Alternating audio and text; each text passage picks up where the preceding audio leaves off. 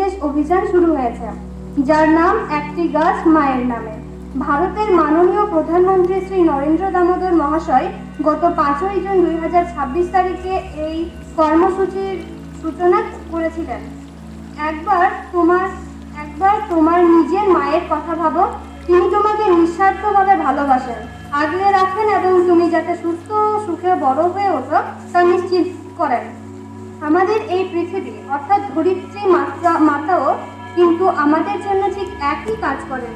তিনি আমাদের নিঃশ্বাস নেওয়ার জন্য বাতাস, পানির জন্য জল এবং আমাদের চারপাশের এই সুন্দর প্রকৃতি উপহার দিয়েছেন। এই ধরিত্রী মায়ের প্রতি আমাদের কর্তব্য পালন করতে পারবো।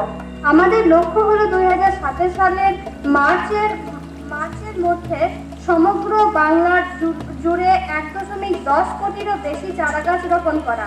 আমি চাই এই সবুজ বিপ্লবের নেতৃত্বে আমাদের ছাত্র সমাজ দিক। বর্তমানে আমাদের পৃথিবীর বড় ধরনের জলবায়ু সংকটের মুখোমুখি হচ্ছে। আমরা দেখতে পাচ্ছি তীব্র গরম, অনিয়মিত বৃষ্টিপাত এবং আবহাওয়ার খামখেয়ালিপনা। জলবায়ু পরিবর্তনের বিরুদ্ধে লড়াই করার জন্য আমাদের সবচেয়ে সহজ এবং শক্তিশালী হাতিয়ার হলো গাছ। একটি চারা গাছ রোপণ করার অর্থ কেবল মাটিতে শিকড় ছড়িয়ে দেওয়াই নয়, বরং তুমি এর মাধ্যমে তোমার নিজের ভবিষ্যৎকেও সুরক্ষিত করছো।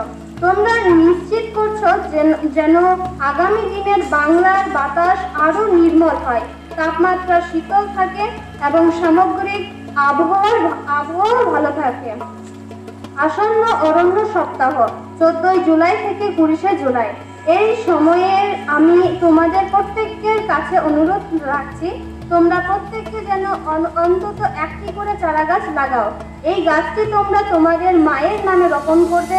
প্রতিজ্ঞা করো যে তোমরা নিয়মিত জল দেবে, যত্ন করবে এবং মায়ের মতোই একে বড় করে তুলবে ও রক্ষা করবে।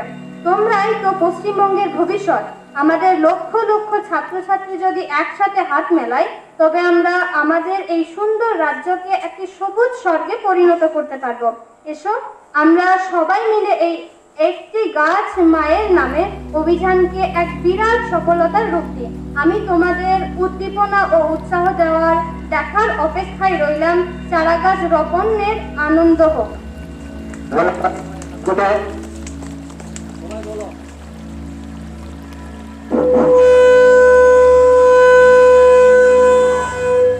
একটি গাছ একটি প্রাণ, একটি গাছ একটি প্রাণ।